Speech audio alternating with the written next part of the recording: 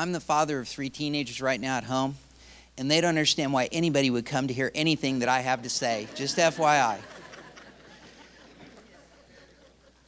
I wanted to speak about something that's deeply personal to me, and I wasn't going to put it in the ideas when I started this, but as I thought about it, I thought it was important because I wanted to share this with everybody. This was a few years ago. I had a friend of mine. I was having some problems, and he came up and he asked me, "What's your problem?" And he says, "Does it have to do with money?" And I said, "Yeah." He slaps me on the back and says, "Great, you can fix that. You can always get more money." Well, that kind of irritated me because, hey, I got this problem I'm dealing with, and it's money. I got to have money. What are you saying? And then it began to dawn on me what he was telling me. There are a lot of things that are more important than money. And the most valuable asset that we have in our lives is time. It isn't the money that we have. The reason we got the money is because we can spend the time then. And I'm going to tell you, this became real poignant to me because I was in the consult room that Dr. Dominguez was talking about, only I was on the other side of the table. And they were telling me things about time that I didn't want to hear. And I didn't want to hear anything they had to say about that time.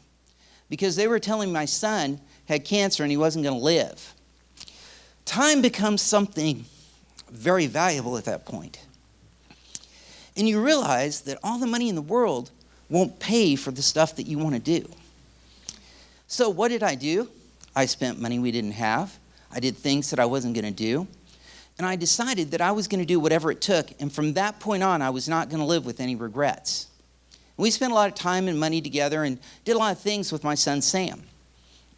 And you can read about it in the things that in the 10 ideas. But I also decided that I was going to continue to do that. And when my other son came to me, Zach says, "I want to be an actor." Great. Can't you figure out something else to do, son? Something that'll pay you something? I didn't tell him that. I told him 2 things. I said, 1, you're going to go to college. And 2, we're going to go to LA. And I quit my business for 3 months. And I went out there. I rented a B&B for 3 months in Burbank. And I'm going to tell you, it's expensive in Burbank. And we went on all these auditions. We did all this stuff. We got an agent. We did all these things. Then we came back because we were out of the season. We went back again, and we did it again. And we had a lot of fun. We did all kinds of things. And you know what? That was important to him. And we spent that time together because, again, time is the most important asset we have. You can't get more of it. You can always get more money. And we forget that. We forget the reason that we have our businesses, the reason we're trying to figure out how to do things better, the reason we're trying to do all this stuff is to get more money so we can spend more time with our families. But we get so wrapped up in our businesses sometimes, and I'm guilty of it, that we forget about that one thing. I'm a Bible guy, so if you don't like that, I'm sorry. The 2 things I will say is if the world was run by Star Trek in the Bible, it'd be a lot better place. But one of the things it says in the Bible, it says, "Owe no man anything but love." And people think that's talking about money all the time. But you know what? It's talking about that. Do you know how many times I've heard somebody say, "Well, I didn't tell my dad that thing and now he's gone." Or "I didn't tell my mom something and they're gone." Or "I wish I'd told somebody something." Or "I wish I'd went to somebody and asked for that forgiveness." You owe those people. People want to send flowers to funerals. The dead guy doesn't care. He didn't care about those flowers. He didn't care about what's going on. My family on my dad's side is all Amish.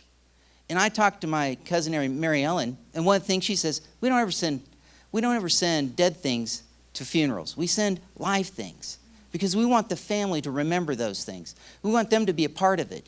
And in the Amish, they don't have cell phones. They don't have all this stuff. They have each other. And they spend a lot of time with each other because they get what I'm saying about time. It's the most valuable asset we have. And I'm glad I'm not going to take my 7 minutes. I'm just going to tell you.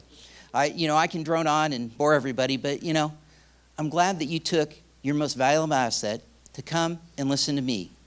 And I appreciate that. Thank you very much.